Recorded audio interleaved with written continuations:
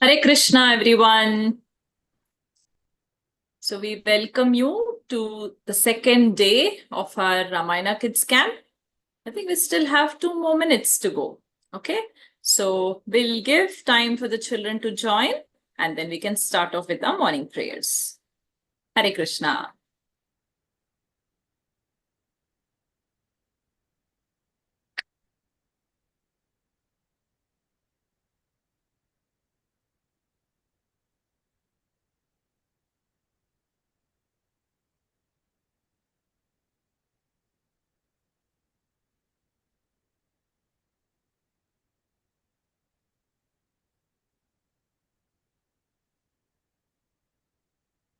Hello, progress stream.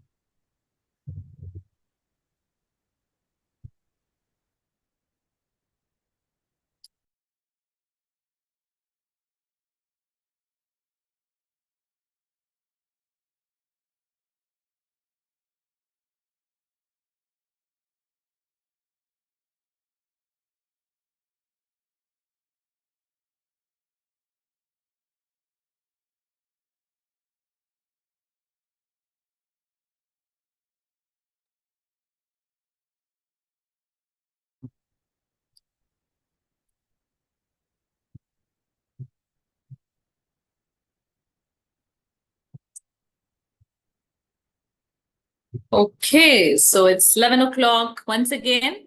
Welcome to day 2 of our Ramayana Kids Camp. I hope you had a lot of fun yesterday hearing the childhood pastimes of Lord Ramachandra. Also, I believe you all did a wonderful celebration. You all welcomed Lord Rama into your hearts on his appearance day. Okay, children, so are you all ready to listen to the second Kanda, which is the Ayodhya Kanda? Let me see all of you typing yes in the comment box. Are you all ready?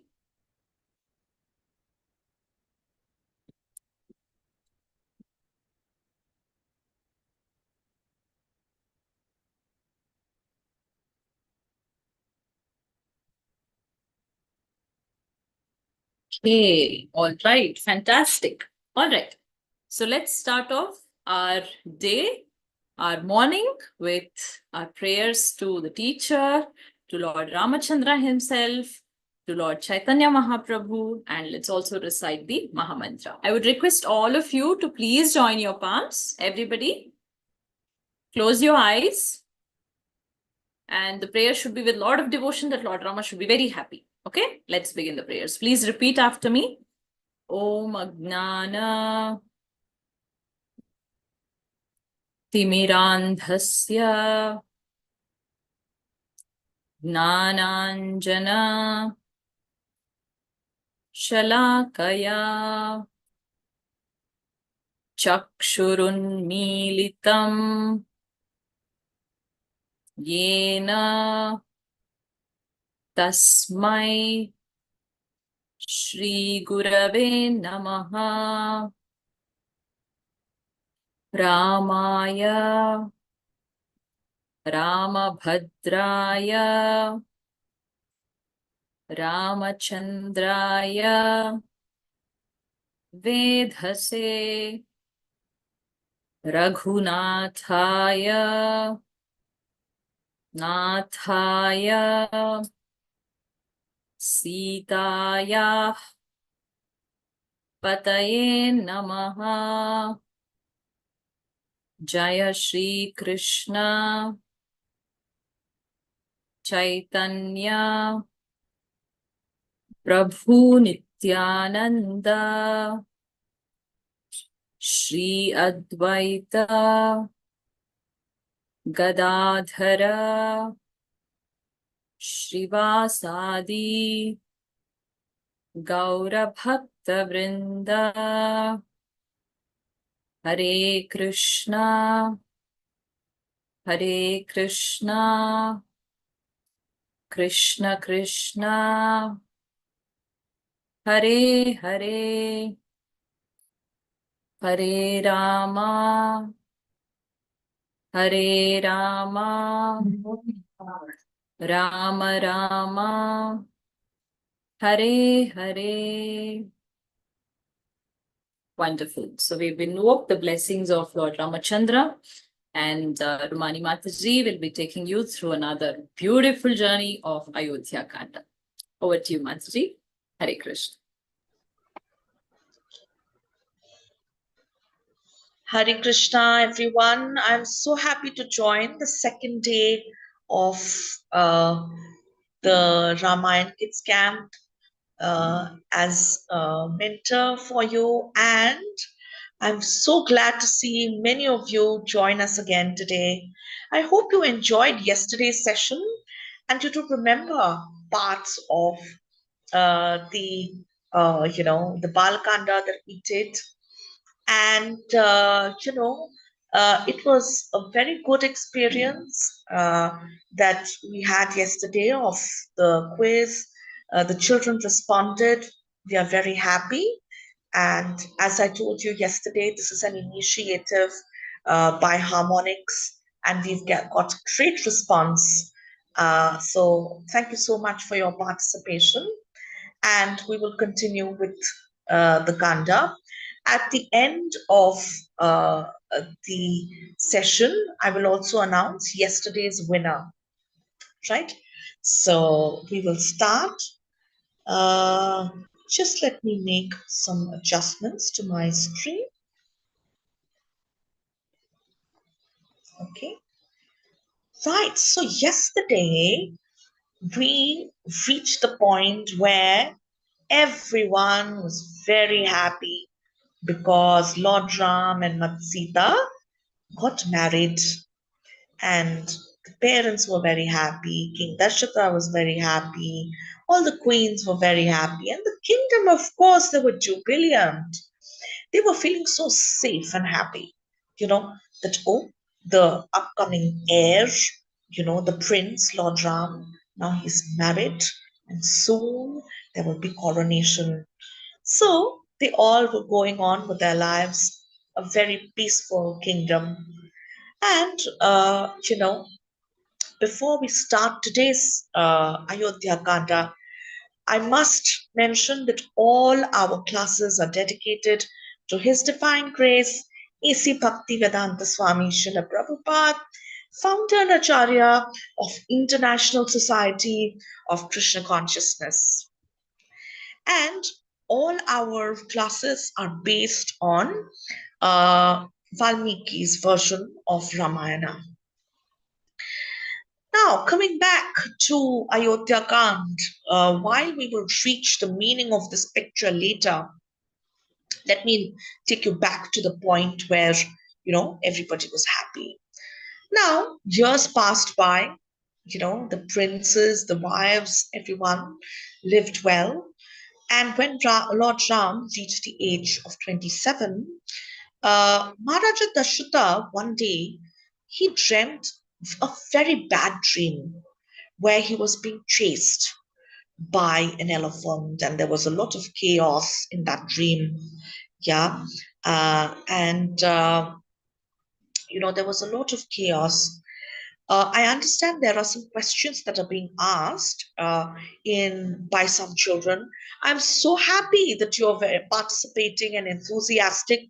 We're going to make a note of all these questions, and I'm going to answer a few at the end of the session, along with the winner announcement of yesterday's quiz. And also, we will discuss that. So I encourage you to keep posting all the questions.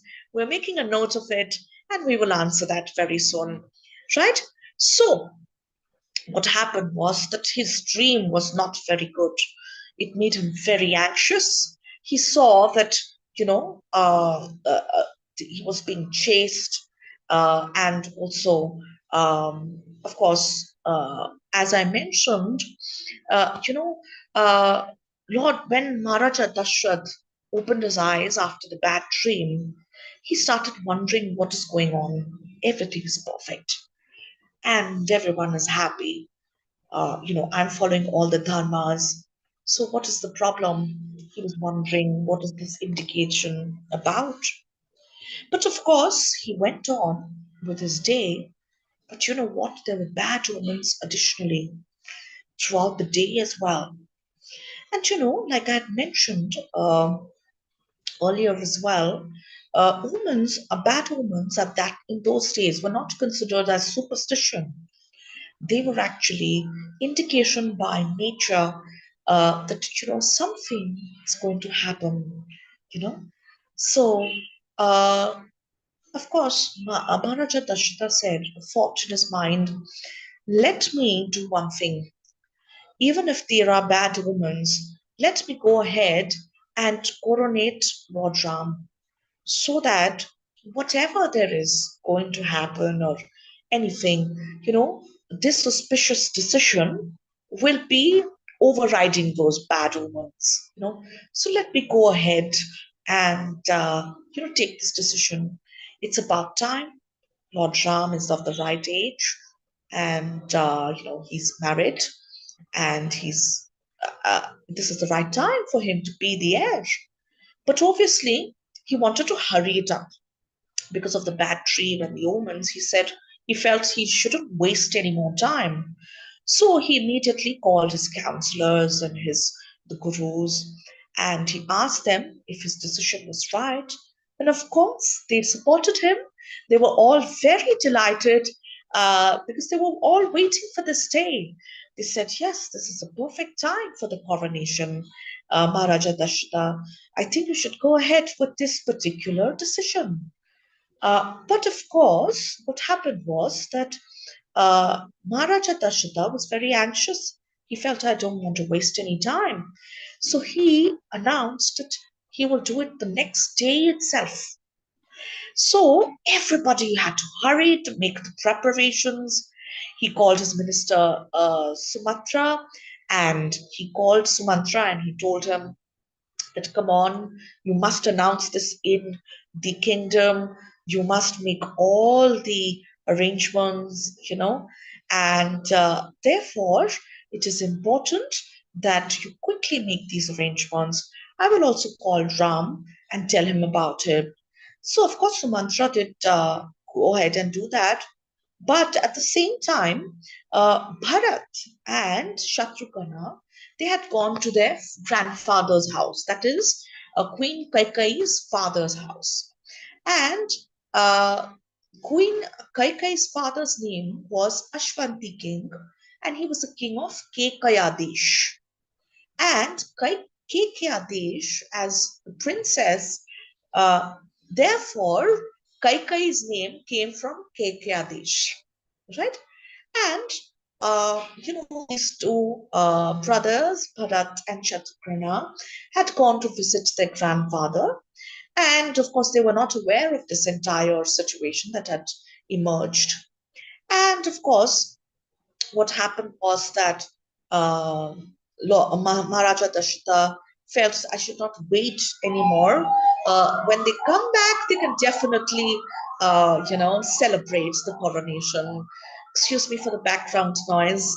There's something outside that is happening. I hope it's not disturbing the video. Yes, so yes, coming back to the story. So what had happened was that Sumantra went in to the kingdom with, his soldiers, and he announced to everyone that the coronation ceremony is going to happen tomorrow itself. So we all have to prepare for the celebrations in one day. Everyone was jubilant. They were so happy, and they started making the preparations, decorating the house, uh, you know uh, sprinkling scented water on the streets, making great festivity arrangements like great food, etc. And of course thinking about what to wear and all of that, whatever the citizens would do to celebrate. And of course then in every occasion, whenever there were some marriages that were announced, usually people would give charity. And obviously King Dashrath had also announced the same, you know and the charity is so that everyone participates in the happiness of the family, right? Everybody feels fulfilled. And therefore, there was charity that was given in terms of money, in terms of wealth, money, food, grains, clothes, as well as cows. And all of this charity was given, and everybody was getting ready, for this particular coronation ceremony. Now, I want to introduce another character that you see on the screen. You see, there is an old woman who is hunchbacked. She is bending, and she had a body condition which was where there was a hump on her back. Now, this lady was called Mantra, and she was the servant assistant of Queen Kaikai. And Manthara loved Queen Kaikai. She was very attached because when Queen Kaikai had got married, her father had sent Manthara along with her to take care of her, you know. So she was very attached to her since childhood. And in that attachment, she had developed an illusion in her mind and also a feeling of jealousy towards the eldest queen, Kaushalya. She used to always feel that Queen Kaikai should get more. Logically, it is very obvious that she was the elder queen, Kaushalya. It is obvious since she is married to the king first, she will be elder. But in spite of this fact, Manthara had developed that jealousy, and she never liked Queen Kaushalya. So when she heard about this announcement in the kingdom, she was very angry. She said the time has come when Lord Ram he will become king, and Kaikai she never had that highest position like Kaushalya. Now her sons forever will never become king. They will be assistants to Lord Ram. So she felt something has to be done. So she, rushed towards Queen Kaikai to have a conversation with her. Now, let me give an additional background about Mantra. You remember in the last class, yesterday's Balakanda, you remember Lord Brahma when he had heard the announcement from Lord Vishnu that he is going to take birth as Lord Ram. uh, you know, at that point of time, Lord Brahma had instructed all the demigods to take birth in the monkey dynasty to assist Lord Ram. And at that time also, an Apsara, she was asked to go and take birth as Mantra and take a very difficult role of creating a situation that will allow Lord Ram to go into forest. Because see, Lord Ram he was the prince, he was the heir of the kingdom. There had to be a situation that will be so unique that can force a prince who does not deserve any punishment to suddenly go into the forest for exile. And why was that important? Because Lord Ram was taking birth to kill Ravana. So all of these events had to be orchestrated by the will of Lord Vishnu and by the assistance of Lord Brahma. So Mantra was actually that Apsara, and she was playing the very difficult role of creating an uncomfortable situation that would lead Lord Ram to go to the forest. So, yes, of course. Now, what happened was that Manthara, she rushed to Kaikai and she said, "Did you hear the news that is coming?" And Kaikai said, "Yes."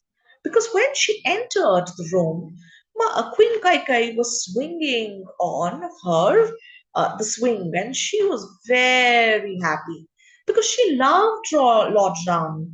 All the queens loved all the sons equally.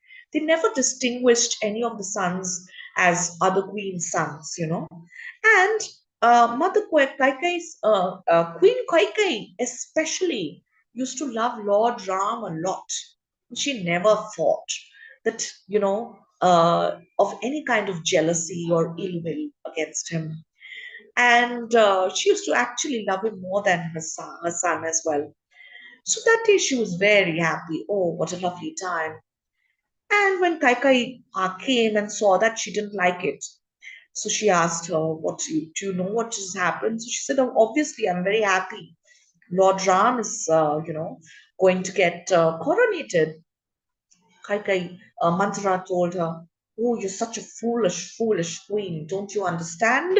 This is the time of your downfall. First of all, Kaushalya is already the first queen, She already has that high position. And now, after this coronation, your position will be further depleted. And that is because now all your sons will be servants of Lord Ram. They will never become the king. So Kaikai said, that's fine. I always knew that. Why are you getting so angry, Mantra? Let me just give you a good gift of a beautiful ornament and become happy.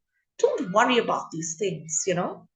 And so Mantra said, you're just foolish and you will have to be the servant of Kaushalya.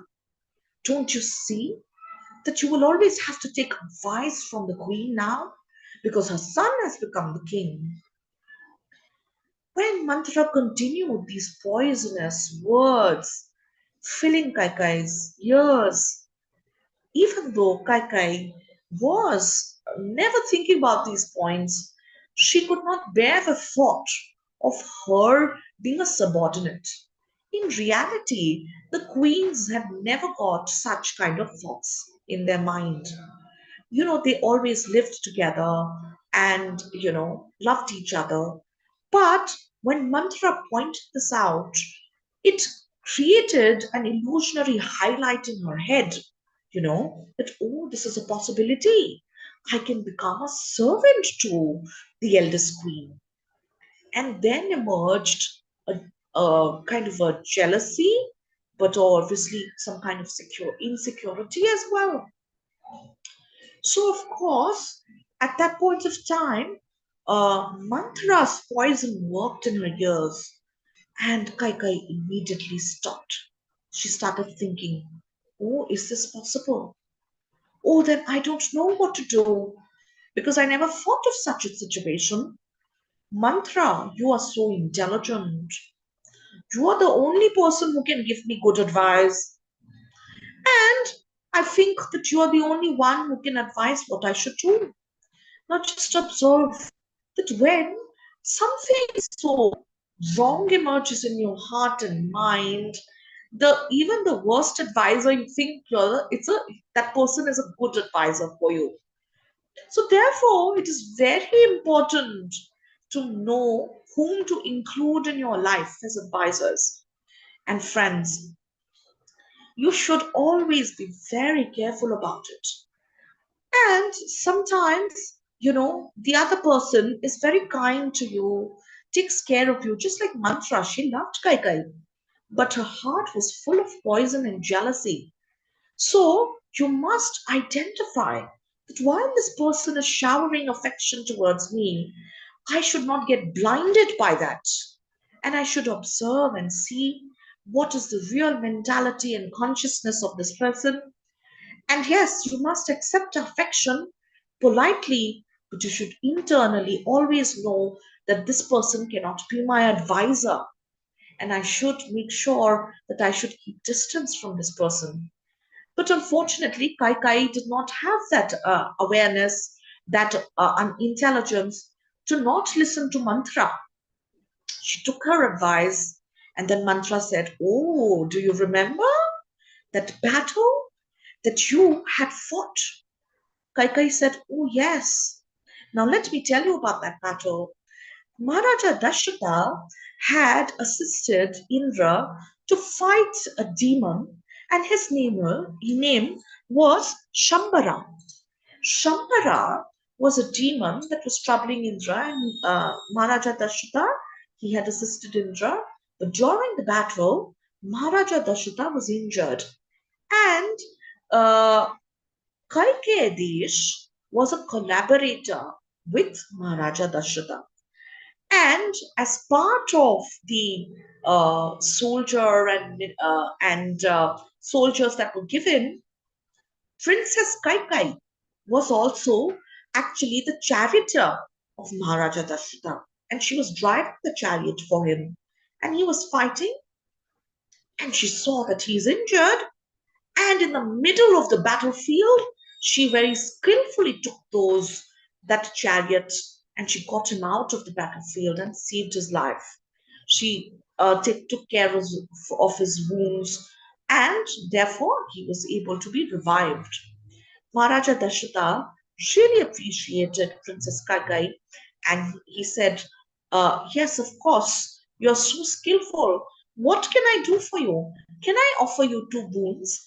Why don't you ask me two things that will really please you so that I can express my gratitude? That time Kaikai was very happy. And later, of course, she was married to Maharaja Dashrata. So she was very content.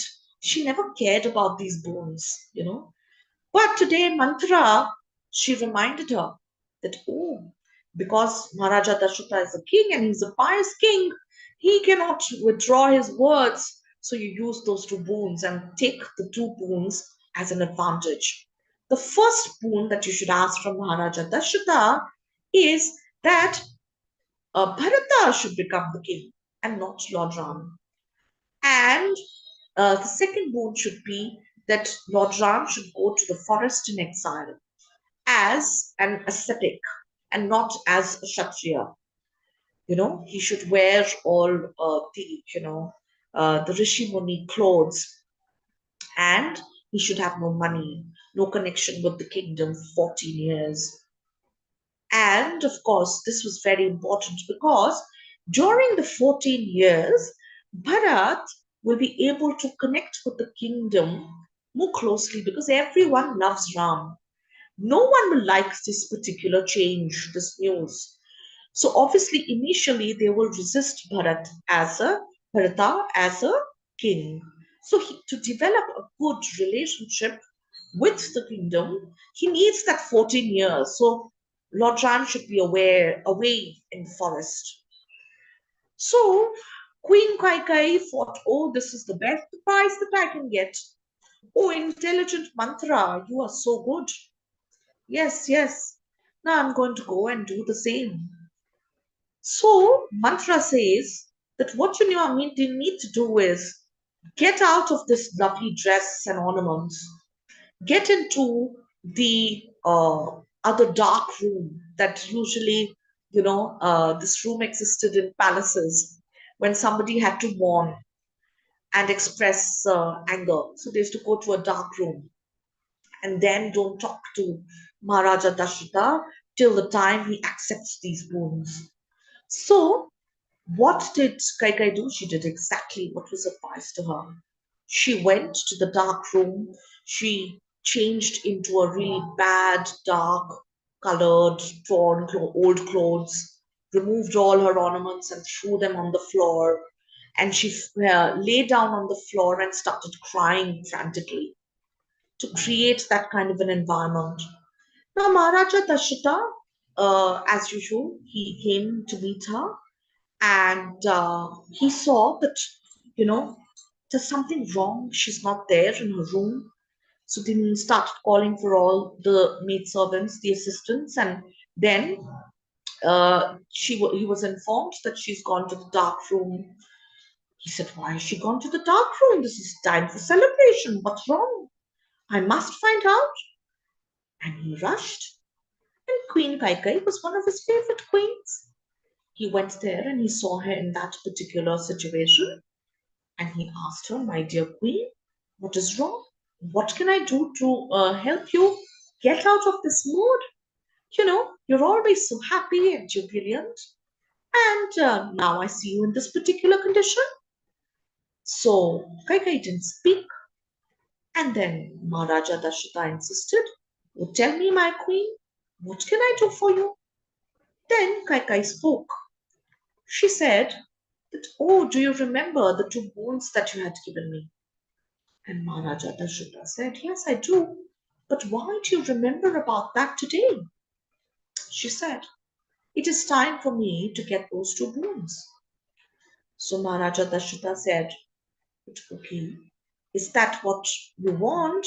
All right. Will you be okay after that? She said, yes. So, all right, I will give you those two boons.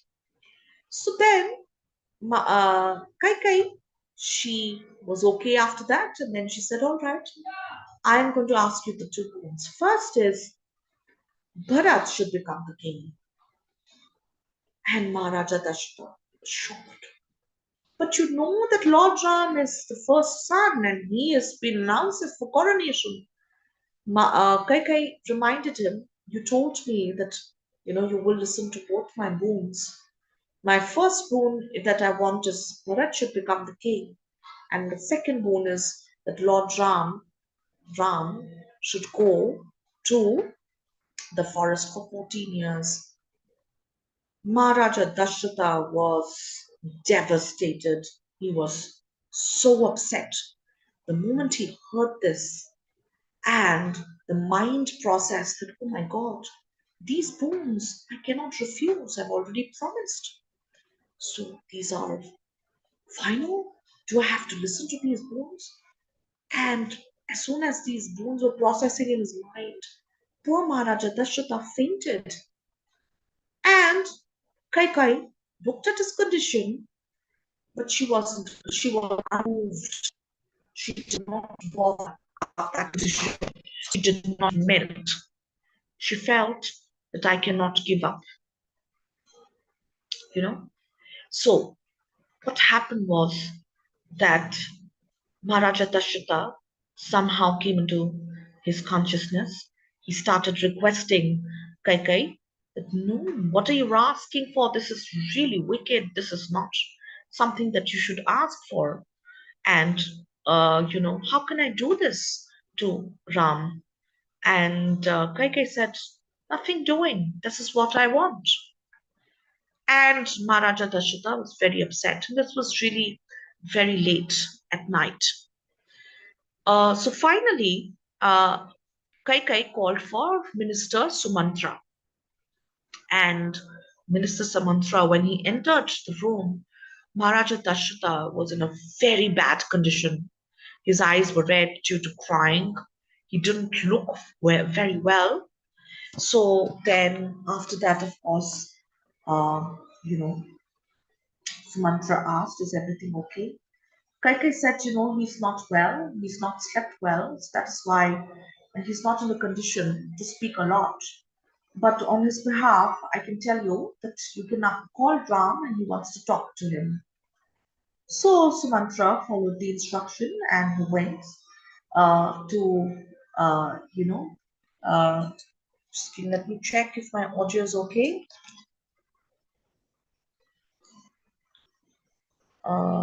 Mataji, would you be able to confirm if my voice is audible now? Okay, thank you. I'll just make a right adjustment.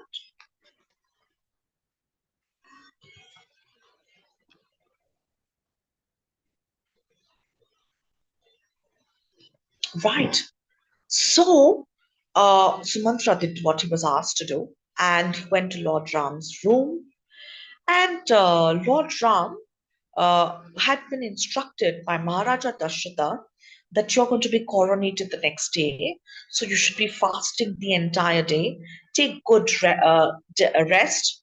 And then early in the morning, you have to perform certain, ceremonies and rituals. And you should be fasting along with Sita.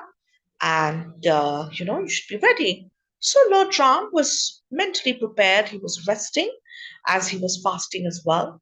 And then Sumantra enters his room and he says, your father is calling for you. Lord Ram felt, oh, it's so late, but maybe he must be wanting to talk to me about certain ceremonies and I must go. Lord Ram used to stay in another palace close to the main palace. So then he got up and he went to his father. As soon as he entered the room, he realized the atmosphere was very dull. Maharaja Dashrata, Maharaja Dashrata was, not looking very well. He looked very upset. And Lord Ram went towards him and he said, "Oh, dear father, what has happened? What can I do for you? Are you upset about something?" And Maharaja Dashrata was not in the position to answer anything. So then after that, Queen Kaikai, she said, "Your father's not very well. I will be the one who will speak on his behalf." And Lord Ram said, "Of course, I can do anything for him so that he's happy. And I will be, well, I'm sure that I can please you as well. So please tell me what it is." And then and Queen Kaikai, she mentioned that yes, there are two boons that I had asked your father. The first boon will be that Bharat will be the king, and the second boon will be that you will have to go to the forest for 14 years.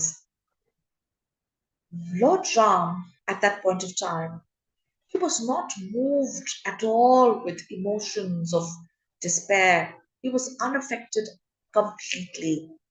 When his coronation was announced, he was not overjoyed. He was very composed.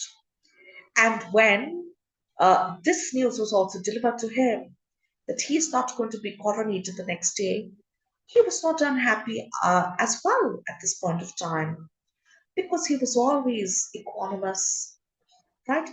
And he, like in Bhagavad Gita, the Supreme Personality of Godhead mentions to Arjuna that you should never be very happy or sad due to good or bad events, because events keep changing. But you should always be, you know, uh, quite composed. Not that you're pretending, but you shouldn't be attached to something very good. When something happens, you shouldn't be very happy and get attached to that happiness. And when something bad happens, you shouldn't be attached to the sadness either, because no situation is permanent. So, Lord Ram, he was the supreme personality of Godhead. He was unaffected. He very happily, and not happily, but uh, he normally answered Mother Queen Kaikai that yes, oh, this is the only thing that is worrying my father. Oh, this is very simple. Why is he so upset? I will definitely follow the instructions. And my father's words should be kept. And I want to keep both of you, I want both of you to be happy. So why not? And therefore, he took the permission of Maharaja Dashrata as well as Queen Kaikai, and he left the throne. Now, Lakshmana was hearing about all of these things outside the room, and he was very, very upset. He felt that he should express his anger, and he said, "You reminded Lord Ram that this is something that is so unfair. You are the true heir of the throne, and the kingdom also will not be happy. This is the time when you should use force and take control of the situation. You should not give up, and you have the right to use your strength to get back your throne. This is what everybody wants, you know. Maharaja Dashrata is just blinded by, this situation. So you must use your power." And Lord Ram was not interested in this proposal. He said, "No, I'm more interested in the well-being of my father. My father's given the promise, and the two bones have to be followed. And I'm going to go ahead with his instructions." And he headed towards Queen Kaushalya's room. Queen Kaushalya was, as usual, she was worshipping the Lord in her room. And when Lord Ram came, she was very happy to see him. And she was thinking, oh, he's going to get coronated tomorrow. And the moment Lord Ram came, he announced to her the entire situation and he tells her that he will have to go to the forest the next day. This was a big shock for Queen Kaushalya because she was at a very high state of celebration.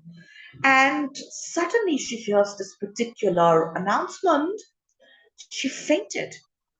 So Lord Ram very affectionately picked her up in his arms, uh, you know, combed her hair with his fingers, woke her up, and he explained to his mother, "You must not worry, I'm going to be okay. I will have to go to the forest." Now, Kaushalya was not very happy. She said, "Oh, my son, this is not something that I ever expected. This shouldn't happen. I cannot live without you. I cannot see the situation right in front of me. You leaving to the forest, I will come along with you." And then Ram reminded her of his duty as a wife. While she's a mother, but she's a wife first. So therefore, she must stay with Maharaja Dashtha, who is not very well now, and she should take care of him. Right? So therefore, she had to agree with Lord Ram because what he was saying was right. So then at that point of time, she kept thinking, how will he take care of himself and things like that. But it was all in vain. Lord Ram had already taken a decision. And then, of course, Lakshmana, he's also inseparable. He also expressed that, you know, he will go along with Lord Ram. And Lord Ram, of course, he said that, you must stay back, take care of all the mothers, see that the kingdom is being run, assist the brothers, assist Bharat to take care of the kingdom. And Lakshmana said, no, that's impossible. I cannot be separated from you. And that is true. He said he will not, stay in the kingdom. So Lord Ram said, okay, that's fine. He accepted that. But when he announced this to Mother Sita, uh, she was also very shocked and upset. But at the same time, what was very important for her is to be with her husband. So she said, of course, you're going to the forest. I will also come along with you. And Lord Ram, he did not want that because Mother Sita, she was always a princess, and now she was going to be the queen. She's always lived in a lot of comfort. He told her, no, you should stay back, take care of all the mothers, and you don't understand, there are a lot of dangers in the forest, demons, and a lot of animals, a lot of uncomfortable situations, such as insects, etc. There will be no comforts like bed, etc. Mother Sita said, comfort is not something of a priority. You know, the husband is the only refuge for a wife. And wherever the husband is, the wife should always be there because that is where her happiness lies. No wife can be happy without her husband. What will I do here? So I will come along with you under any condition. And, do you want everyone to say something like that about me? You're the only one I love. How can I leave you and stay here in the palace? And then, of course, Lord Ram had to give up, and Mother Sita started preparing to go to the forest with Lord Ram. So then, of course, all of them had to get dressed in very simple, plain clothes that Rishi Munis would wear in ashramas.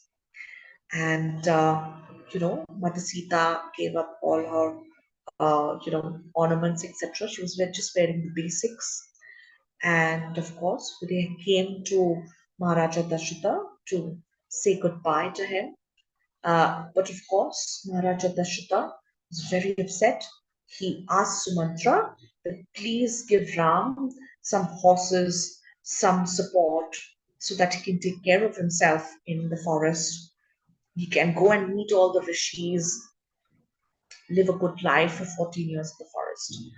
At this point of time, Kaikai Queen, she raised an objection. She said that is not a condition of an exile. Exile means you go to the forest and live like a person would live in the forest, not like a king. He will not be a Kshatriya at that point of time. What if you give away all the wealth and the soldiers and the horses to Ram? What will my son get? So therefore, I don't agree with you. You cannot do this. This is not part of your promise. And immediately Lord Ram assured his father that he does not need all of this. And of course, Maharaja Jashoda was very unhappy to see all the three of them go to the forest. But of course, the promise had to be taken, and Lord Ram was very determined not to waste any more time. And he took the blessings of his father, and he left the palace. But of course, Maharaja Dashatha instructed Sumatra to to take him to some distance on a chariot and then try to convince him otherwise somehow. So yes, of course, Sumatra went along with Lord Ram, and when the kingdom saw that all the citizens saw Lord Ram and Mother Sita for the first time, actually, they came out. Everybody was very sad. They were very angry also, and they said, "We cannot live in this kingdom. We have to come along with you." So, once you fall in love with Lord Ram, you cannot live without him. The kingdom loved Lord Ram. They did not want him to go. And if he is going, they said, "We don't have a life here. We'll go along with you." So then um, they all followed him. Now, Lord Ram, obviously, he's such gentle hearted prince, and of course, he's the supreme personality of Godhead. He felt these are the devotees; I cannot reject them immediately. He allowed them to come to some distance, but at that point of time, he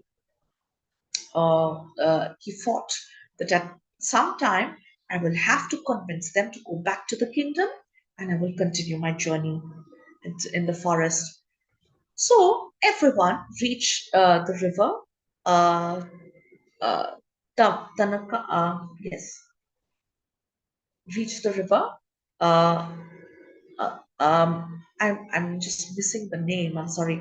Tanaka River. And there he met his friend that he had met at Vashishta Muni's Gurukul, Tamasa River, sorry, yes. Tamasa River he was right at the border of the kingdom, and that marked the end of the kingdom.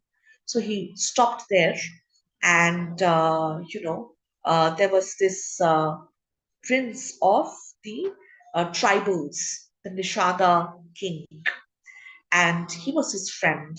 So since the time of Gurukul, so he saw that Guha was his name, and Guha came, and he was very happy to see Lord Ram, but he also knew about the news. He was not very happy about a lot of things as well, but he really paid his respects. He expressed his friendliness by welcoming him and offering great foods and good preparation for Lord Ram.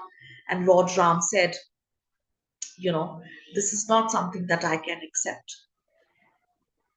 And because I'm in exile, I will eat only fruits and roots. So Kuha said, okay, if that is what you want. So yes, there are three levels of interpersonal dealings. Yes, Mataji, could you go ahead with the slide? The first one is mental, the other one is verbal, and the third one is physical. So the interpersonal dealings has to be on these three levels. And Lord Ram exemplifies these dealings in a very well manner. We must observe all the underlying decisions and choices he makes, not to these are choices that should show us what is the best way of maintaining good relationships and also having great interpersonal dealings. So there is a widespread deterioration in physical interpersonal dealings today. Today, we experience personal as well as uh, family, familial, social, as well as international dealings. There's a lot of chaos that happens, right? And that is because the human society is on the verge of breaking apart because of the unclean dealings that we have. And this damages the trust. And there are therefore poor relationships. And there is a social disorder because of that. But there is a reason for it. Look, your children are very intelligent. You are getting advice from your teachers and your parents. You should be honest, you should be truthful, and you should be clean physically, mentally. Our parents are doing their best to give you a clean environment. But what happens is that we are not able to understand that if we are following certain values, it strengthens us internally, such as how should we be clean in our body as well as mind and our environment, and also be clean in our interpersonal dealings, have good speech. When we are following these values for a reason, we are able to maintain high standards of interpersonal skills. Now, according to the scriptures, there are four gates of speech. The first gate is, as Lord Krishna recommends, Satyam. The second gate is Shriyam. The third gate is Hitam. And the fourth gate is Anudvega Karam, which means that you need to be fruitful, you need to be kind, you need to be beneficial for others, and non agitating. Look, all of this has been prescribed by Lord Krishna as well. But he also prescribes how to practice this. When you are following the foundation of a value system which is prescribed by Krishna, and you are determined to follow them, internally you get the strength to adopt Satyam, which means speaking the truth. It is not easy in this today's world, when the teacher knows that you've not done your homework and you tell the teacher the truth, she will scream at you. You are afraid that, oh, the lie can save me. I will rather not speak the truth. But if you follow this value, the science of value system, you get the internal strength speaking the truth. It will develop trust from your elders. Because they will they know that I'm real and they know that this person knows that they will get punished. Still, this person is speaking the truth. No matter what, this person is so trustful. They will respect you for that. Next is kind. When you're following certain value system, such as cleanliness, honesty, humility, you know, automatically, because you're following that discipline under the guidance of your teachers and your parents, automatically you develop the understanding of what kindness is. Because of that, you are able to express your kindness to your elders, to your friends, to the people who are younger to you, and it comes naturally out of you. You don't have to pretend because you're practicing a value system and you're taking it seriously in this tough world. Secondly, Krishna suggests hitam. It should be beneficial. Sometimes you have to make very tough statements. You know, let's say you're speaking the truth and you know that the other person is not going to like it. You know that your teacher is going to get very angry. Your parents are going to probably scold you. Then your speech should be in such a way you speak the truth. Maintain a kind understanding within. Your tone will automatically be very kind and beneficial. You must remind that, yes, teacher, I was not able to do this homework for whatever reason. You must be upset. Maybe you should also penalize me, but the benefit is you will be able to help me overcome this challenge. I will get closer to you as a disciple. So, therefore, that is a benefit, dear teacher.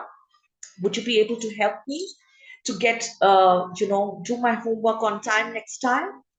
And when you have such authentic conversations, which includes the benefit of the other person, of developing a good relationship, or learning something from you, or taking a good choice because of your good advice, they will be very grateful to you because you're thinking of their benefit in one way or the other.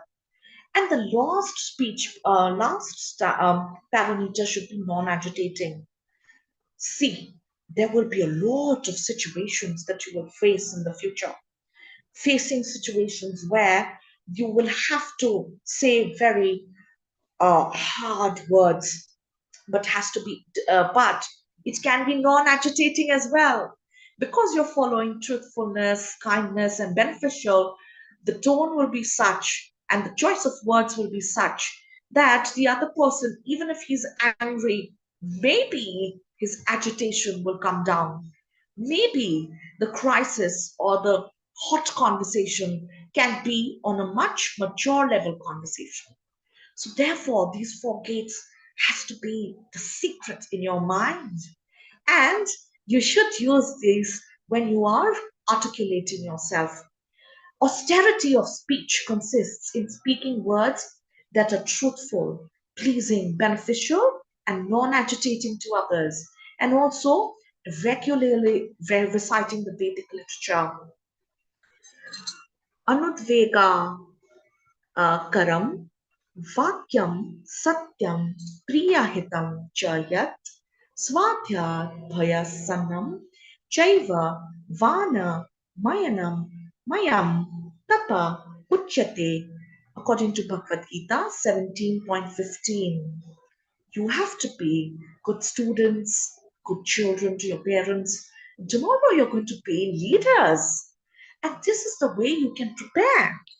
This is the recommendation by Lord Krishna and been exhibited by Lord Ram.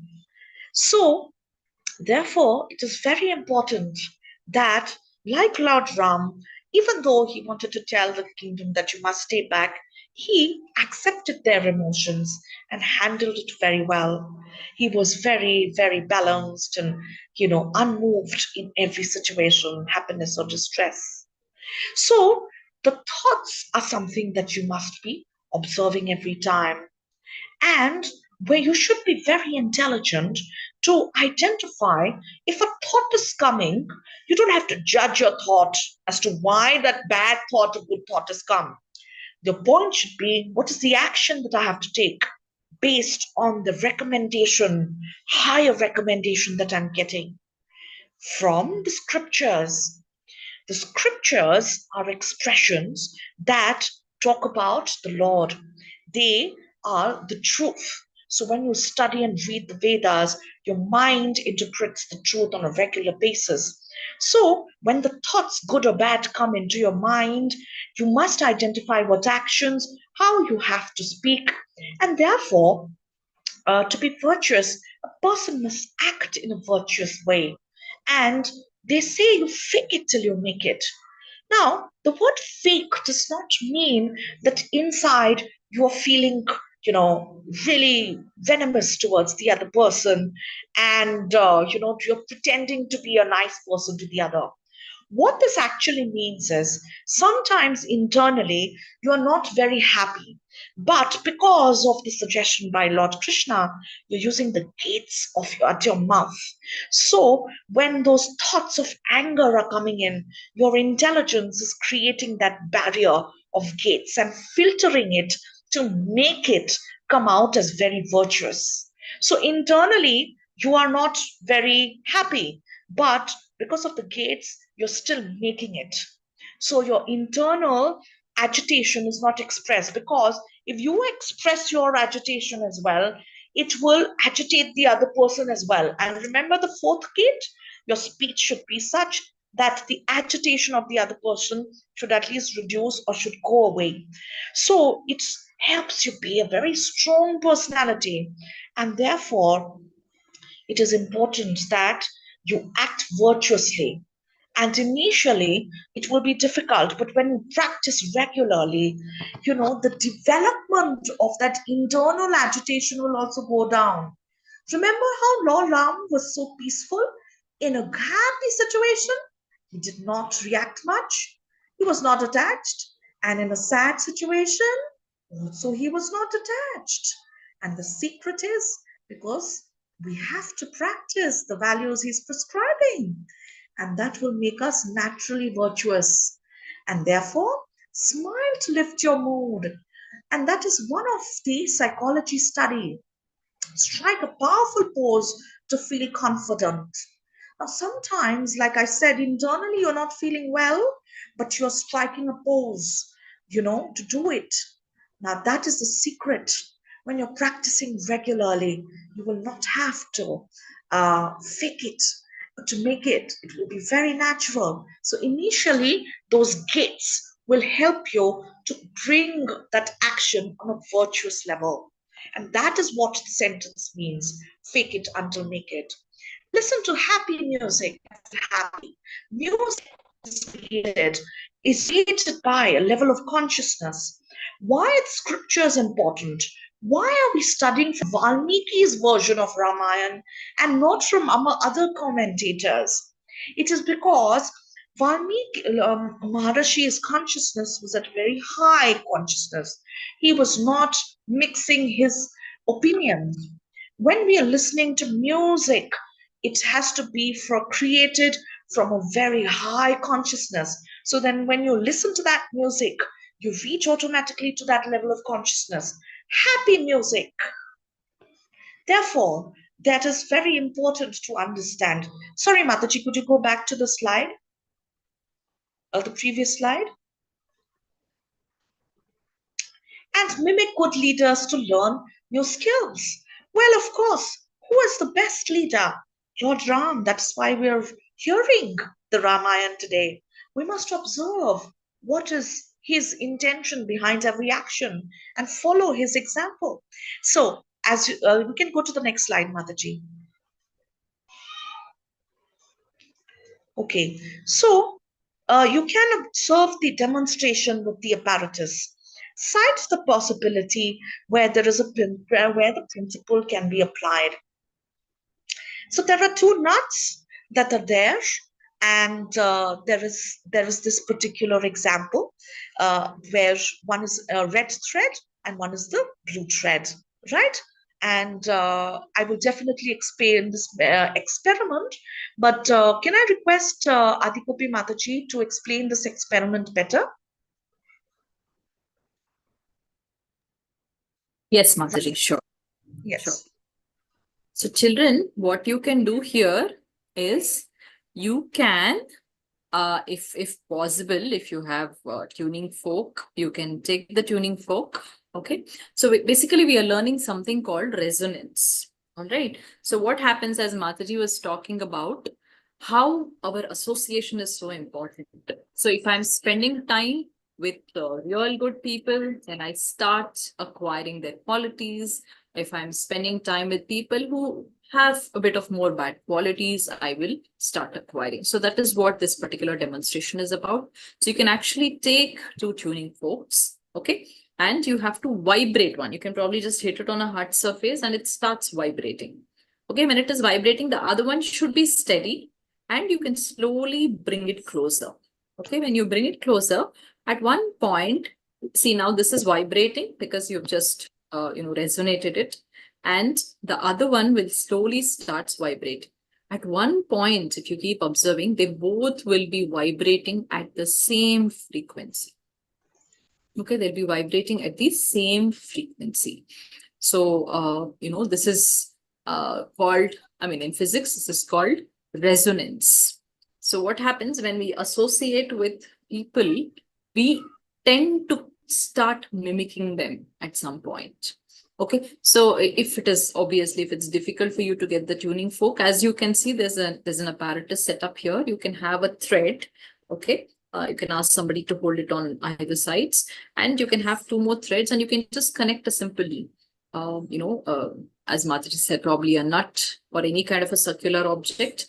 And what you do is you just swing one and hold the other. It should be held tight. Now, at some point, even this starts swinging. And at one point, both will be swinging at the same speed. Okay, so if possible, please do try this. This is your today's demonstration.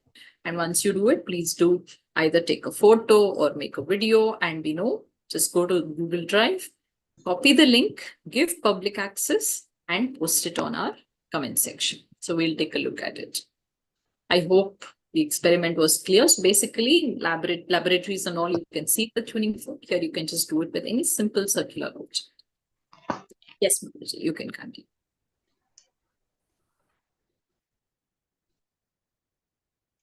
Thank you so much, Mataji. So that was very well explained, and we can definitely do that experiment. And therefore, association is very essential today. And, the motive behind such an effort should be self improvement and not self deception, or not deception of others, changing other people's perception about you. you know so mainly this is to understand that changing your beliefs by behaving differently, right?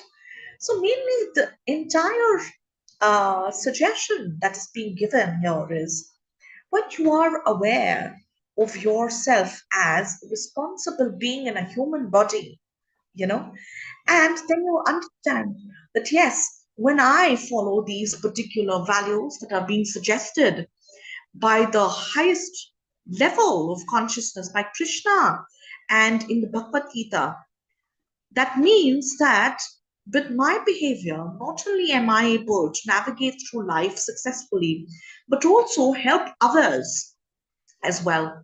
Like, for example, when I use the gates of speech, or when I exercise the right, values, the other person is also affected, because probably the other person is not a very trusting person, but because of your behavior, they become more trusting.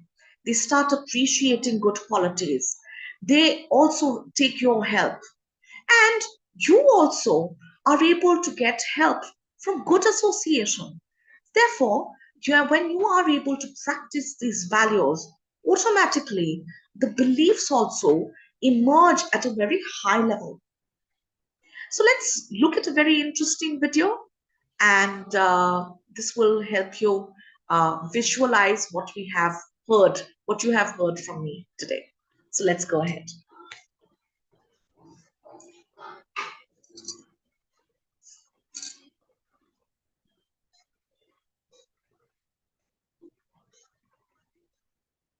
We're just starting the video for you.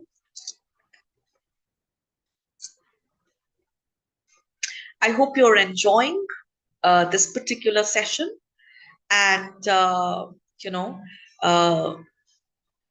these sessions will help you learn more about the Supreme Personality of Godhead.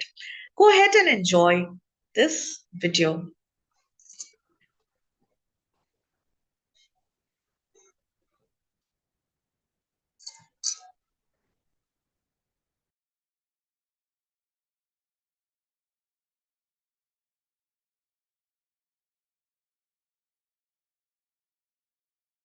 My people, this morning I awoke from a dream full of dreadful omens. Guru Vashisht sees in them the coming of troubled times. But my health is failing. I'm getting old and have no more power to resist those evil forces. I have therefore decided that Ram will succeed me. He will be the next king of Ayodhya. Ram, my son, come forward.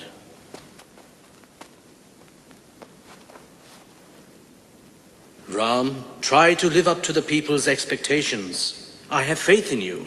I will do my utmost to live up to the ideals you have set for us. Long live Ayodhya! Long live Dasharatha! Long live Prince Ram!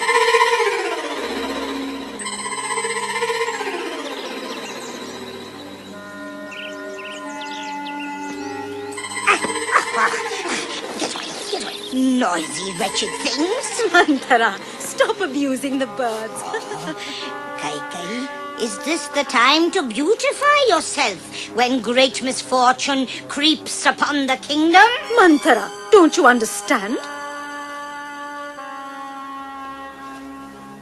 Our beloved Ram is to be anointed crown prince tomorrow. So I said it is a misfortune.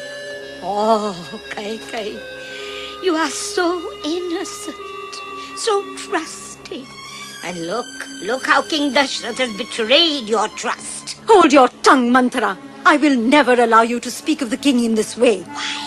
Why do you think the king sent Bharat away now?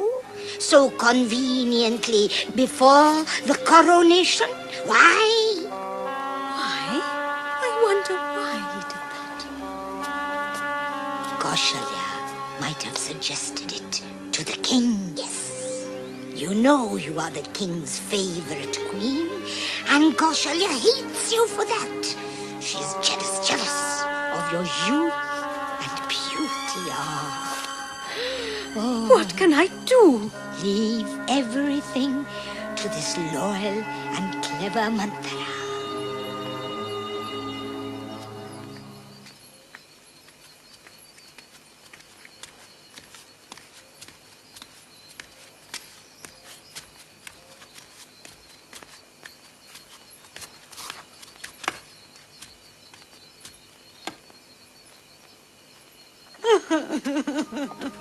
What's happened?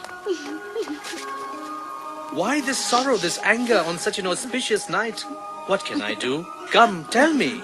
Tell me, O king, do you remember when you were injured in battle some years ago?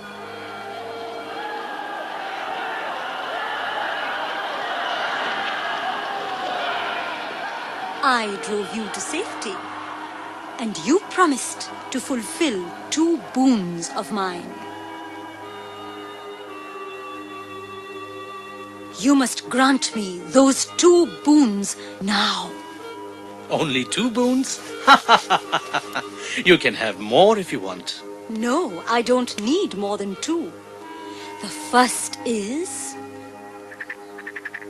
No, I cannot grant you those, KK, not those. I'll give you all my wealth. Will that please you? No. Do you want it to be known that a king of the Solar dynasty went back on his word? I will be content with only those 2 boons. The boons were 1. Kaikai's son Bharat to be made king, and 2. Ram to be banished to the forests for 14 years. Brother, can you not hear the people's voices? Lakshman, this is part of my fate. But are we on that account to sit still and do nothing? This sword, is it only an ornament, just an actor's plaything? Brother, you are part of myself, sharing the same soul with me. Please, try to understand me. My lord, I am coming with you. But Sita, you... A husband's duty is his wife's too. Your fate is equally mine. That's right. And the same soul should follow the same fate. And so, brother, I too am coming with you. Thank you.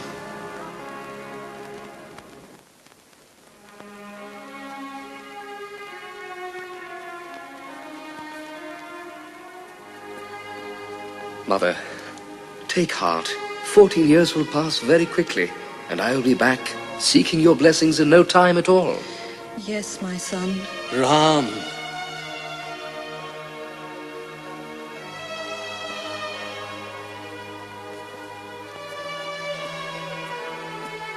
Ram, why don't you blame me? Why don't you bear a grudge against me? That would ease my guilt. I don't want the kingdom, nor the power. All I want are your blessings before we depart. Father. My son, bring glory to our great line of kings. Come back safe. Who in the world can boast of a son like you? Sumantra, get ready the chariots, the elephants, horses and foot soldiers to accompany Ram to the forest. Yes, Your Majesty. Father, when nature herself will take care of me, what use have I for an army, for royal pageantry? Of course, you will give Bharat this kingdom after draining it of all its wealth.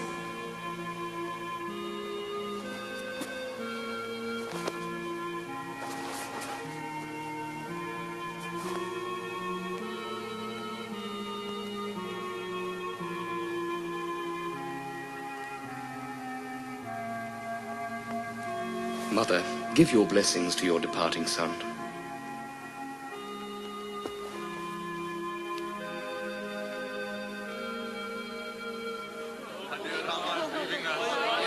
Ram, don't leave us. Remain as our king. Beloved citizens, you know how much I love you, and I know what love you bear for me. You will show your love for me by loving my noble brother, Bharat, who is fully worthy of your love and being your king. Support him, I beg of you. Support my sorrowful father. People of Ayodhya, I appeal to you. Rama, don't go, Rama, please.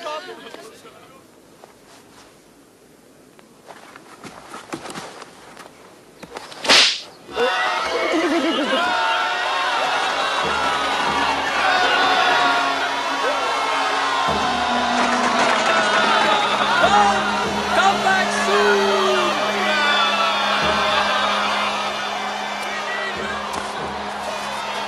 Oh, my son.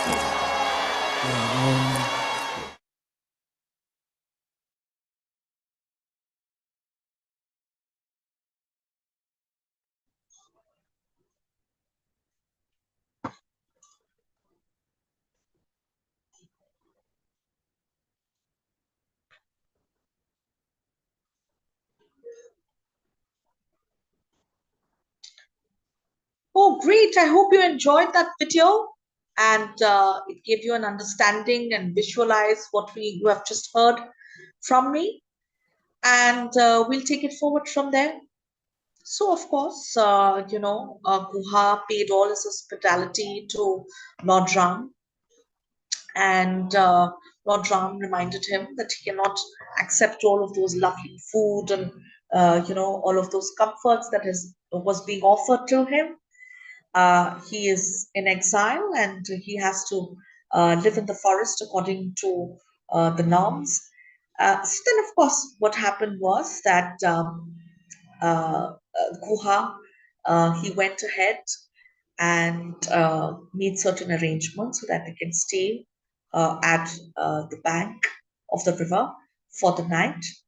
And Lakshmana assisted, and he wanted to take care of Lord Ram and Mother Sita when they were, sleeping in the night, so that he can keep watch, so that a lot of animals, etc., don't disturb them.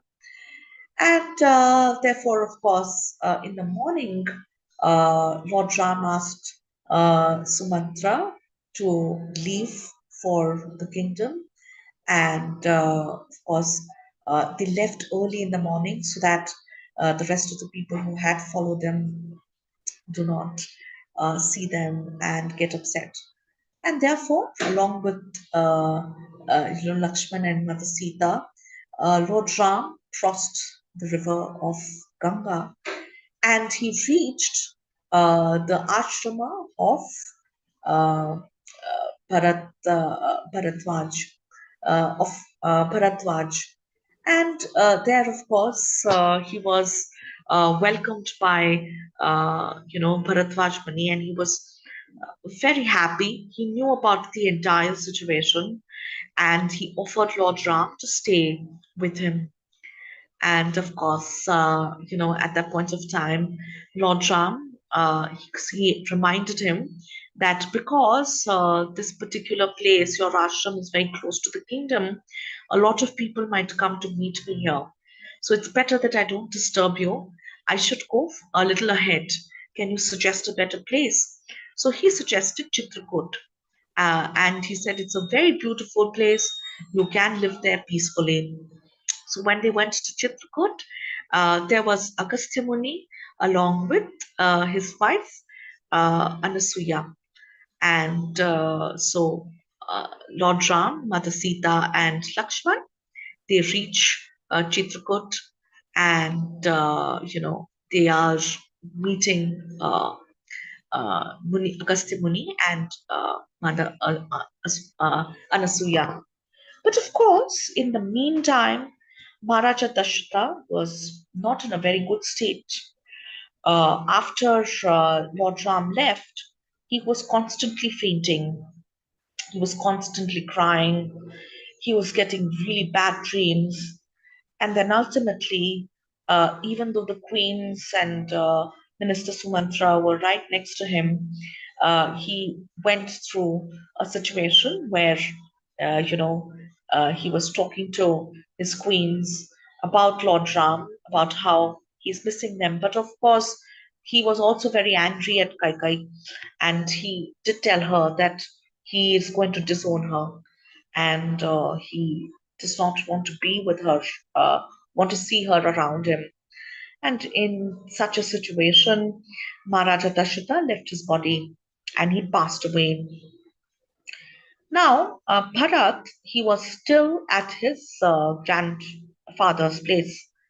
And Sumatra was asked to go and call Bharat so that by Vashishta Muni, so that the ceremonies can be completed and the rituals, the last rites can be completed by the son. And therefore, of course, Sumantra went, but he was also in. Sumantra did go. Sorry, there was another messenger that was sent, and that messenger was instructed that you will not tell Bharat about what has happened. All you need to do is that you need to tell him that he has to be in the kingdom as early as possible. So that happened. The messenger reached Kaikeyadesh and he called Bharat and Shatrughna. Bharat was also not feeling, that something is perfect. He was constantly feeling that something is wrong, but he could not validate that feeling. So when he reached the kingdom, when he reached Ayodhya, he saw that the mood is very gloom. Everybody is very sad in the kingdom, but obviously he did not know what has happened. So he reached the palace and he first went to meet his mother. And then his mother, she was actually crying, but when she saw her son, she became very happy and she went to welcome him. And he asked her, "What happened, mother? Why is everyone so sad?" And avoiding that question, Kaikai said, "Oh, I'm so happy to see you." And he said, "Okay, well, where is my brother Ram? Where is everyone? I think I should meet them." So she informed him about what had happened. She told him that Maharaja Dashrata had passed away and Lord Ram was in the forest. And oh, the good news is that you're going to be coronated, you're going to be the king. So, yes, these are sad news. You must complete your father's last rites. But the good news is that you're going to be the king. As soon as Bharat had heard all of this, and the worst thing that he was going to be made king, he was very angry at Kaikai. And he said that he will never accept this. He will call back Lord Ram. He is the rightful heir to the throne, and he will not, do what she is expecting him to do. And therefore, Bharat, he completed the last rites of his father, and then he tried to find out where his brother has gone so that he can go and convince him that please come back, and I'm not responsible for this. But most importantly, you know he was really really sad that even though he was not aware, he was being the reason for the pain, that has caused to his father, and to his beloved brother. So Bharat was really upset, because he was a devotee of his brother. He really loved Lord Ram, and he never had these thoughts in his mind. So, anyway, to make things right, Bharat took that responsibility, and he said, I will go and follow Lord Ram. A lot of people wanted to join him, because remember, people had followed him, followed Lord Ram, and then he had to come back. So they said, oh, we must also come along with you.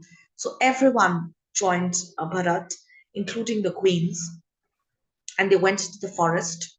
And when he was going towards the forest, of course, he first approached Guha, the Nishada king, remember? And when he saw him, uh, his actually one of his kingdom citizens of the tribal citizens, he saw that Bharat was coming with this flag of Ayodhya, and he was approaching with huge number of soldiers and a lot of people, and they are trying to clear the roads as well. Lots of elephants and horses, and a lot of the entire group seems to be very prepared. He did not notice that there were also preparations for coronation. He noticed the soldiers, and he misunderstood that something is going to happen. Maybe, it's probably an attack. So he went and told Guha that this is what is happening. I can see that flag. So Guha felt, oh, he should first check what is actually happening before assuming anything. And of course, he moved ahead, and then Bharat approached Guha, and then, they had a good conversation.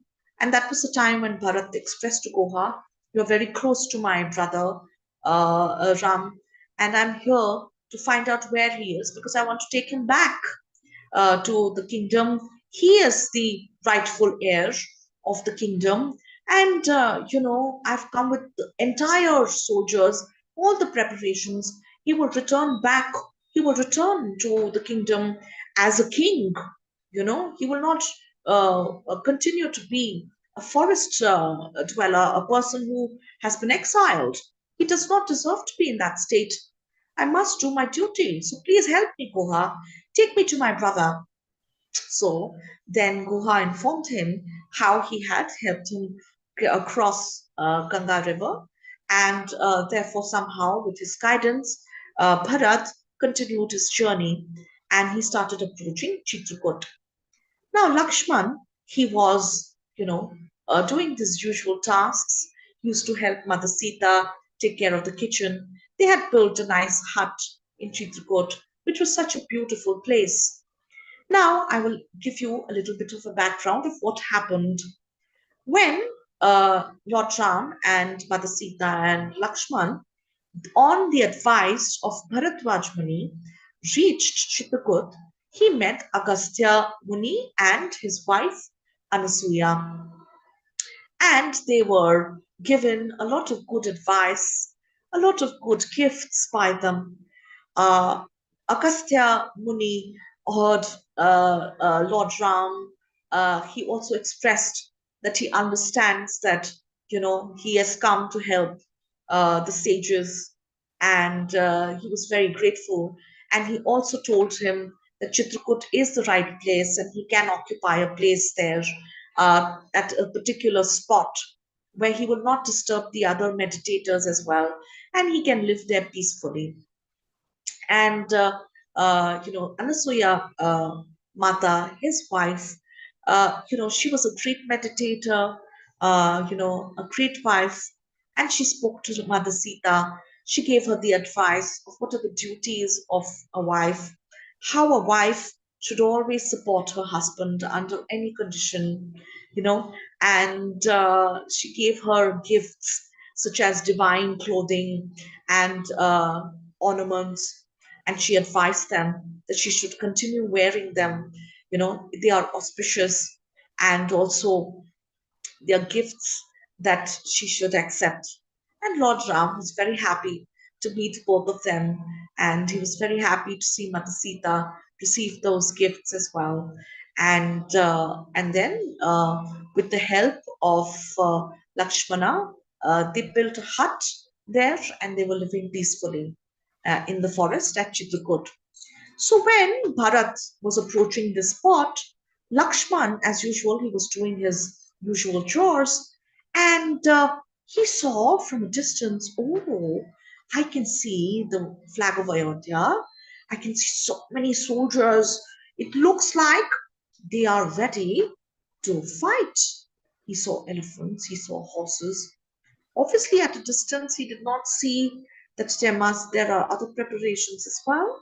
He could not understand any other intention except for war. And then he rushed towards Lord Ram. He said, I can see this entire group, the large number of soldiers approaching us. And I can also see that it looks like Bharat is approaching us. He wants to attack us, kill us, so that he can be a king who is insecure of being defeated by you in the future. So this is ridiculous. I'm getting ready with my bow and I'm going to kill Bharat today. Lord Ram told him, that is not possible. And I know Bharat, and you should not judge him at this point of time. Let him approach us. Let us see what he wants to say. And then we will know. But I know he will never think like that. And in some time, then they saw Bharat approaching, not the entire soldier group of soldiers or anyone, but the first person who approached was Bharat. And when he came, he looked so upset and he wanted to fall at the feet of Lord Ram. And at that particular moment, they really reunited. Lord Ram was also missing his brother, and he was also very happy to see him. And Lakshmana realized that he had misjudged, his brother. And Bharat explained to Lord Ram that what has happened is not his fault. He was not aware. And Lord Ram also said that, yes, I know that it is not your fault, but I have to keep my father's promise. Bharat explained to him that that is not right. He has come here to take him back, and he must, take him back as a king. He's come with all the preparations of the coronation, and all the queens have come, and Maharaja and Vashishta Muni is also there.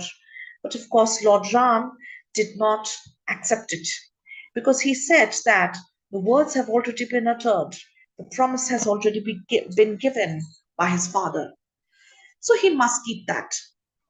At the same time, Lord Ram asked about the well being of his father, and then suddenly Bharat informed him about his demise.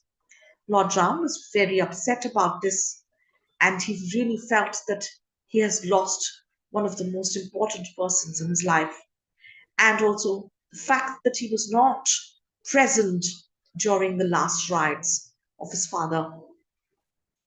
So Bharat explained to him, it is time that the kingdom needs its king, and you must come back. But Lord Ram, in spite of various convincing points from everyone, Bharat, the queens, all the mothers, even Vashishta Muni, but he was sticking to that promise. it is very important to notice that, speech is being given such importance. Bharat Maharaj's speech, his promise, had to be kept. And that is something that pleases Lord Ram as well. You know, when Bharat Maharaj explained to him that there are various reasons that he should come back. Lord Ram explained to him that the promise, keeping his father's promise, is most important, and he should complete that 14 years in the forest. And during that period, he is gaining so much knowledge from the Munis, and he's also supporting them by protecting them from the demons. So he continued, he did not agree with Bharat, but Bharat was going through a lot of internal turmoil. He was not happy with the situation. He really loved his brother, Lord Ram. He always wanted to assist him, be under him at his lotus feet, to be helping him to run the kingdom. But obviously, the situation had occurred, so he could not accept the fact that he will have to be the ruler. He could not see himself as a ruler. So when Lord Ram convinced him that you must go back to the kingdom, Bharat refused. And he said, I am your servant and I can never take your position. So therefore, what I must do is, I must go back to the kingdom and live as your servant. I will serve as your servant. And he requested Lord Ram to place his feet on sandals that he will take back, and he will position them at the throne, and he will consider those sandals as Lord Ram, the emperor's presence. And under Lord Ram's presence will he serve in the kingdom. He also decided that since his brother is, wearing, the clothes of an ascetic, and he is not living with all the glories and ornaments, etc. He will also give up all his comfort, and he will live at Nandigram, which is a place, a village right outside, close to the border of of Ayodhya. And from there, he will conduct the daily affairs of maintaining the kingdom, but under the leadership of Lord Ram, and the sandals being the symbol of his presence there. So he positioned those sandals at the throne, and he would worship those sandals every day, staying connected to Lord Ram. And under his leadership, Bharat continued his duties. And that is the end of the Ayodhya Kand, right? And of course, Mata Anasuya, obviously, she also has continued to support and pray for Lord Ram and Mata Sita. And they continue to stay in Chitrakoot. And Bharat returned to the kingdom Ayodhya with the sandals, of course. Let's go ahead and watch a video to help you visualize what you have just heard.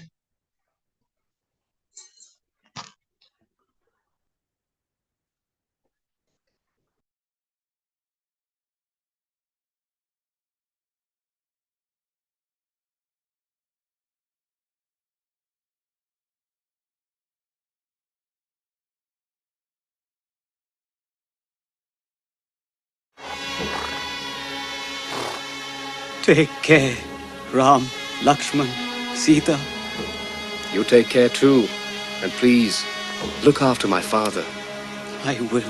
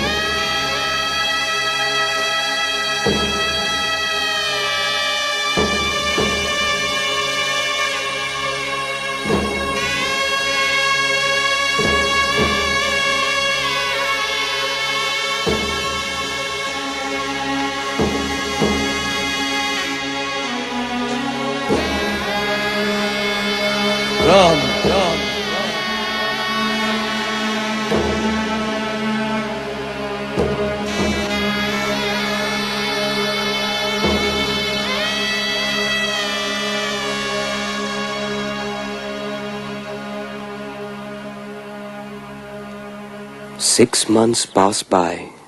King Dashrath's palace is enveloped in darkness. Ram, forgive your father. Ram. He is free from the sufferings of this world.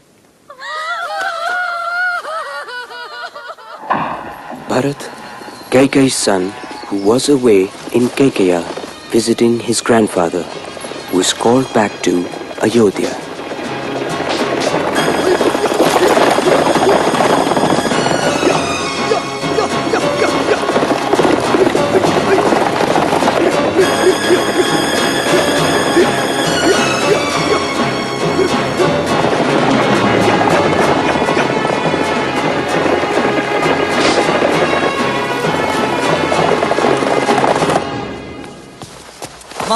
Mother, what is this? What has happened? Oh, Bharat, you have come at last. Tell me, Mother, is it true? Father has passed away? Oh, God. Then it is true. Yes, but he left us a great honor. What is it?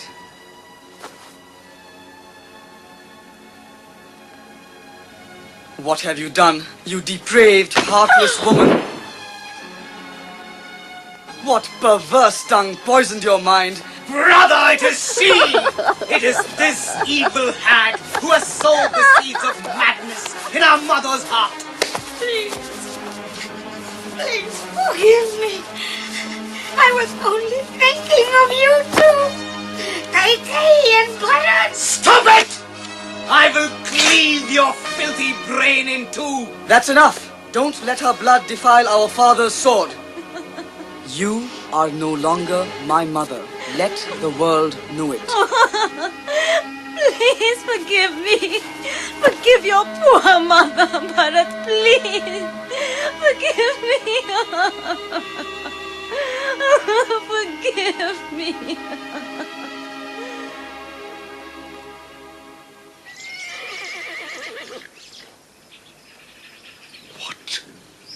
What are you saying, Bharat?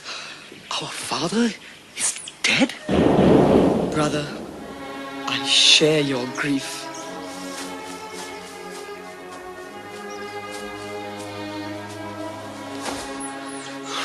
Father, forgive this poor Ram.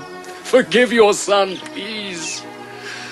Ram, I appeal to you. Absolve me of my mother's sin. Come back to Ayodhya and accept the kingdom which is yours by right. Bharat, what your mother has done is not in question here. Remember, the great Emperor Dashrath has commanded us, you to rule the kingdom, and I to live in this forest for 14 years. It is our duty to abide by our father's wishes, whether we like it or not. You have commanded me. It is enough. But one thing is certain. I will not accept the kingdom for myself, but for you. Please bless this brother of yours to rule the kingdom with strength and courage.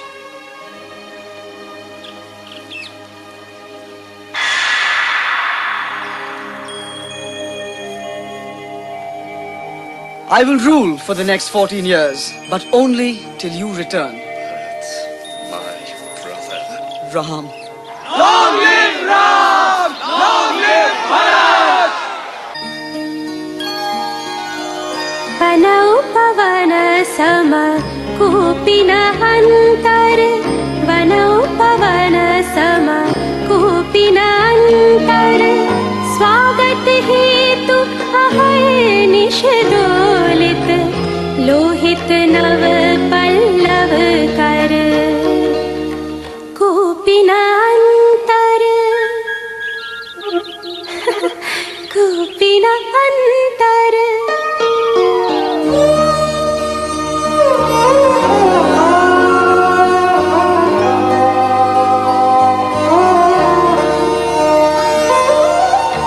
मनपल्लवित मनोभाव इव लतावितान छत्रचामर इव चारण गायन शुकपिक सारिक मधुर स्वरालि निरंतर समंत सुखकर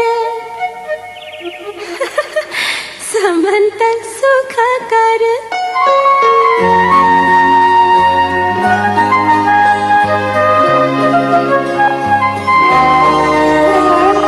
पंजर पालित शुकी कदाचित मुक्ति लाभ वरदान अयाचित पंजर पालित शुकी कदाचित मुक्ति लाभ वरदान अयाचित सुख साधन अति सुलभ बनेह जीवन नहीं बंधन कर अतिशय शुभ कर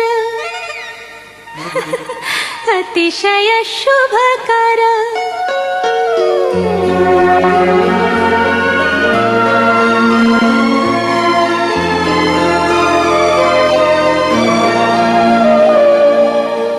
राजगृहं वा कुटजं दीनं सघनतरुतले छायाशयनम् उपधानीयं कान्तभुजायति तर्हि गाढसुखनिद्राभर वन उपवन सम कूपिनान्तर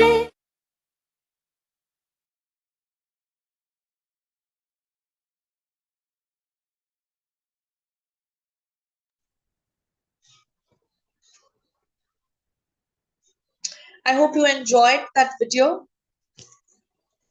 I just wanted to confirm if I'm audible. Can somebody send me a message to confirm if I'm still audible? Perfect. Thank you so much, Mataji. Great. So if we can reach the next slide, look at this beautiful place in Chitakut. This has been built at the spot where Lord Ram and Mother Sita spent their time.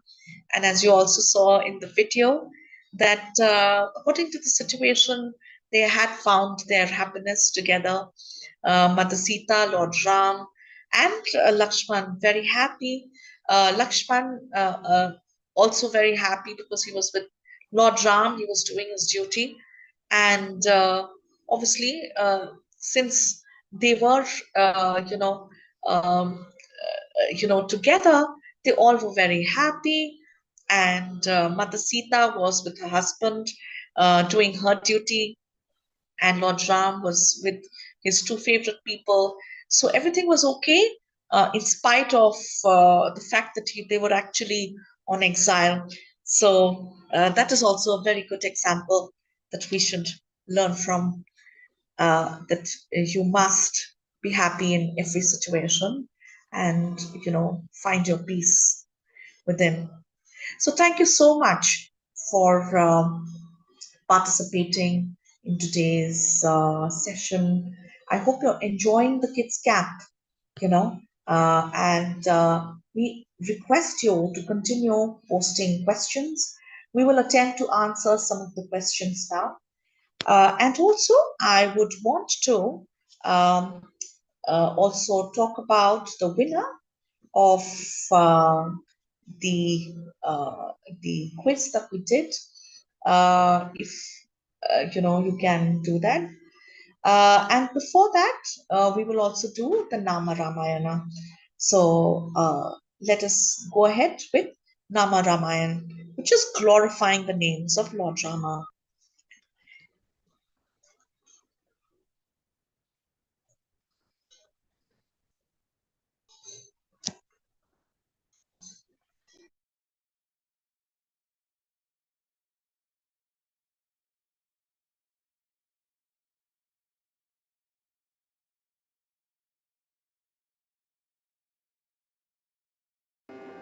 अगणित गुणगण भूषितरा अगणित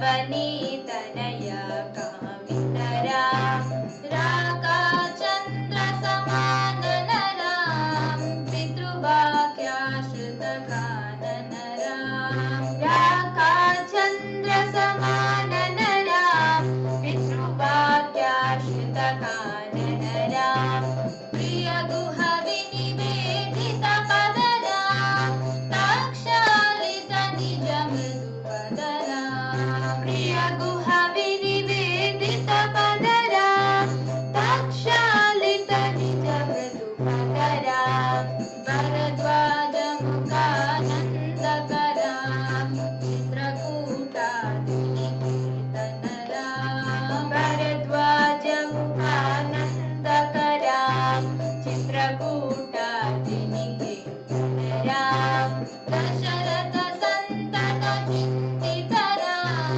कैकेयी तनयातितरा दशरथ सन्तत चिन्तितरा कैकेयी तनयातितरा विरचित निज मृदु कर्मकरा भरतार्पित निज पादुकरा विरचित निज मृदु कर्मकरा भरतार्पित निज पादुकरा राम राम जय राजा राम राम जय सीताराम राम राम जय राजा राम राम जय सीताराम राम राम जय राजा राम राम जय सीताराम राम राम जय राजा राम राम जय Sitaram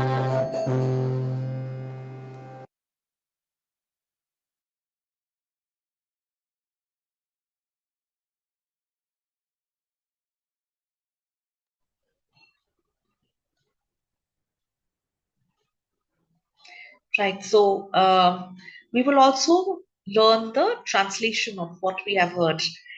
This was sung by the two sisters, Harshini and Janvi, and we will understand what is the translation. You can look at the screen.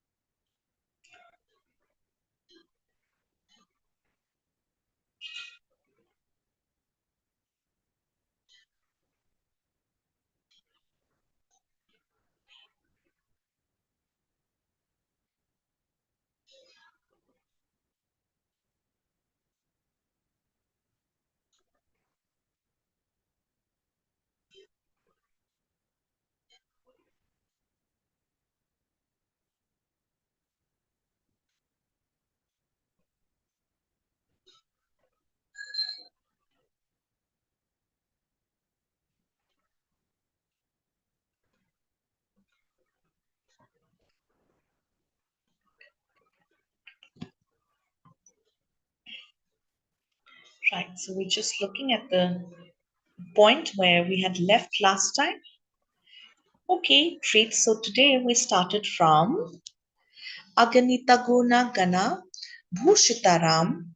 I take refuge in Sri Ram, who was adorned with innumerable virtues. Avanitanaya Kamitaram. I take refuge in Sri Ram, who was desired by the daughter of earth, Mother Sita, Devi Sita. Raka Chandra Sama Ananaram. I take refuge in Sri Ram, whose face is like the full moon. Pitra Vakya Ashrita Kananaram. I take refuge in Sri Ram, who went to the forest following the words of his father. Priya Guha, Vi Nivedita Padaram. I take refuge in Sri Ram, to whose feet Guha offers himself as a dear servant.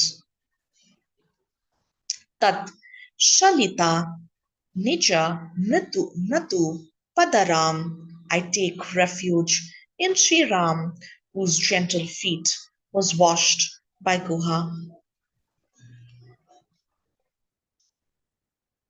Bharadvaja Mukha Anandakaram. I take refuge in Sri Ram, who made the face of sage Bharadvaja shine with joy. Chitrakuta Adri Niketanaram. I take refuge in Sri Ram, who made the Chitrakoot mountain as his habitat. Dashrata Santata Chintitaram. I take refuge in Sri Ram, who continually fought of his father Dashrata during his exile in the forest. Kai Tanaya Artitaram.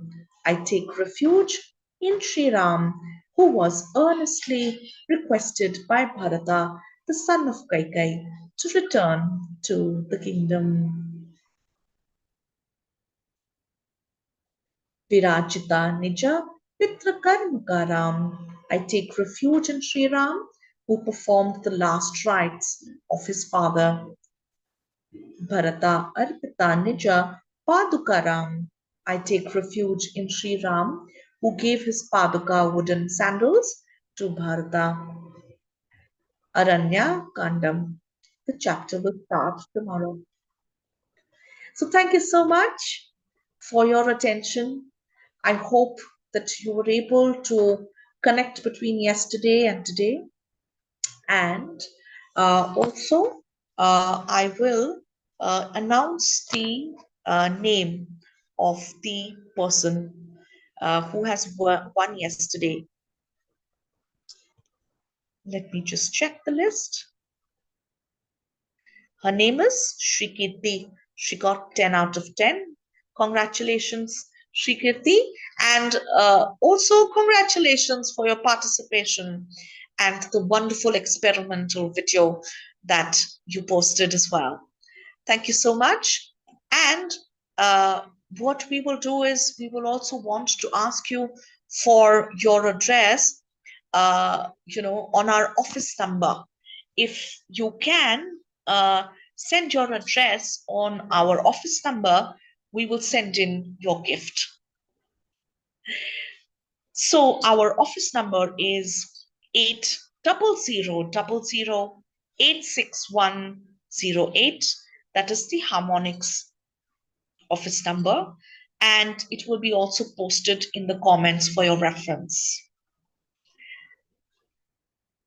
So thank you so much. Now I think what we can do is we will request you to not post the number in the comments box or her address in the comments box, your address in the comments box. Send us the address on the number that has been shared with you, right? For safety reasons, right? Okay, so let us continue. And let us take some questions now. Let me see which is the question that has been asked. Okay, so there was a question. Somebody's asked me, what is social disorder? Social disorder is when the community or the society is not peaceful, and therefore their behavior is reflected through their internal chaos that they are experiencing, right? And this leads to a lot of fights, stealing, large protests, and therefore, every session that you go through, we have identified for you very important essential points. These are actually prescribed by the Supreme Personality of Godhead. so that you are able to practice certain values to not only please, of course, the Lord and understand Him better, but also you will feel internal peace and even difficult situations. If you're not feeling that internal peace, that is the time when that internal anxiety and anger reflects externally. And when a lot of people are angry and they don't want to follow the rules and the values internally, that is why there is chaos and there is social disorder. So, therefore, individually, when you are not in that particular right position, constitutional position, as a group also, the entire group falls out of place. And therefore, there is a social disorder. Right? Now, let me check for another question. Uh, Very good question. Why are there so many versions of the Ramayana? See, if you remember yesterday's lecture, Lord Brahma, he had instructed Valmiki Muni to write Ramayana. Why did he choose Valmiki Muni to write Ramayana? Now, Valmiki Muni is somebody who is an expert who cuts the cycle of birth and death, which means he is already an great, he is a person who can understand spirit, the soul himself. He's self aware. He understands Krishna, he understands the Supreme Personality of Godhead. And he was a meditator. He was already practicing the prescribed way of living, and he was obviously a very learned guru. Now, therefore, Lord Brahma had appointed Valmiki Muni as his representative. Let me give you a little background. When Valmiki Muni was one day taking bath in a river, he saw two swans, conjugated, making love to each other. And that was the time when the earth was peaceful. And, uh, uh, Valmiki Muni saw the peace and the love expression, and he was very happy that the environment is so good. But there was a hunter who came and killed the main animal, and the female was so unhappy she started crying. This annoyed Valmiki Muni, and he cursed the person, the hunter. And when he cursed him, that curse came in a poetic manner. It came from his heart. Now you understand he's a meditator. Even he was surprised that yes, even though his anger was natural because there was a sacred act that the hunter had interfered in, and he had killed and caused pain to innocent animals, because of which he got angry. But as a meditator, he shouldn't have been very angry. He was very surprised at it. And he was reflecting how come the curse came out, and it came out in a poetic manner. So when Lord Brahma came to meet him to instruct him about writing Ramayana, that time Lord Brahma told him that curse came out from your heart, and that was me, Lord Brahma. And that means that is the beginning and will be help you get the foundation of how you will write the entire Ramayana. So therefore, we are following the disciplic succession of gurus who maintain the purity of the knowledge and the information so that it is not mixed or contaminated with personal opinions. Maybe, let's say, for example, I have an internal bias towards particular caste, particular gender, and with that internal bias, when I write a comment and instruction, the meaning, the true meaning, and the truth is contaminated because of my own personal opinion and experience. Therefore, Valmiki Muni was appointed the representative of Lord Brahma to speak the truth. Therefore, what we are presenting to you is under the disciplic succession of gurus who maintain the purity without mixing personal biases. Because the gurus ensure that if the color of the sky is blue, they will not mention it as grayish blue. They will call it blue. If the color of the tree is green, they will call it green.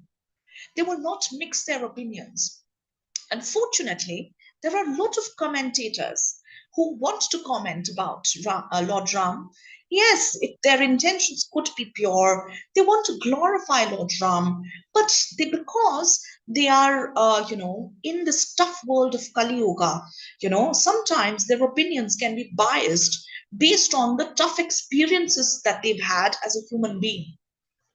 But Lord Brahma is a demigod, and he authorized Valmiki Muni to give the knowledge as it is, uncontaminated.